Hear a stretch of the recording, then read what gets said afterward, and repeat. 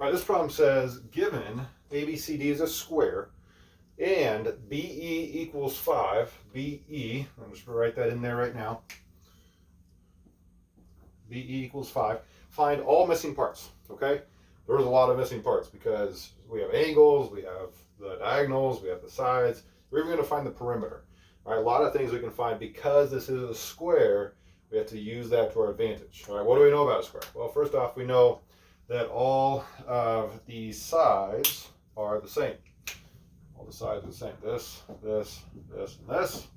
We also know all the diagonals are the same, which means that's congruent to this, and to this. So right away I can mark in that those are all 5, right? Those are all 5. 5, 5, 5, and 5. So for example, if I was asked, what is AC? 5 plus 5, 10, okay? I could get that. What else do we know? We know the angles, right? In a square we have right angles. That's a right angle, that's a right angle, that's a right angle, and so is this. The other thing we know is that the middles are also all right angle because the diagonals are perpendicular to each other. Now, because those are right angles, we know that these bottom parts are also not 90, but half of 90. Okay, another characteristic of a square is that the diagonals cut the side angles in half. Okay, so if that's 90, this half would be 45, this would be 45, and I can do that all the way around. 45, 45, 45, 45, oops, 45, you get the idea.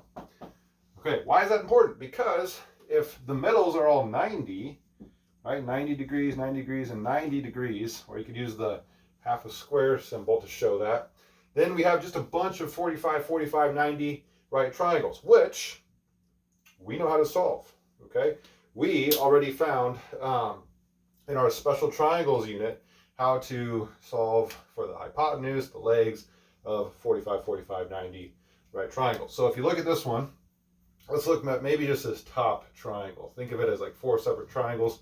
If we look at this top one, we have 2 legs of this right triangle that are 5 and 5. Well, if you remember back from our special right triangles unit, up here the hypotenuse is going to be 5 times the square root of 2. Okay, 5 times the square root of 2. That'd be true for all the sides since they are all congruent, like we mentioned earlier. 5 square roots of 2, 5 square roots of 2, and 5 square roots of 2. Okay, so is there anything else that we need to find here?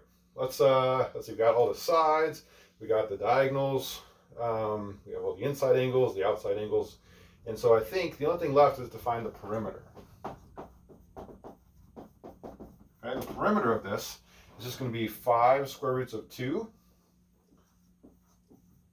times 4, because there's 4 sides. Okay, you add up all the sides, or you can take it times 4, and that'll give you 20 square roots of 2.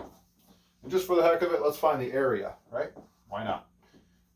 The area of this right triangle. So this time, instead of taking 5 square roots of 2 times 4, like we did up here, now we're going to take 5 square roots of 2. That's the length times the width. So again, times another. Oops, 5 square roots of 2. Let's squeeze a 5 in there. So if you think of the outsides as being 5 and 5, we'd have 25. The insides, 2 and 2 is 4. We know what the square root of 4 is. The square root of 4 is 2. So this is like saying 25 times 2, or 50. And that'd be 50 square whatever. If this was 5 square roots of 2 feet, this would be 50 square feet for the area. All right, so we found a bunch of stuff about a square. Use this to your advantage next time you get a square problem.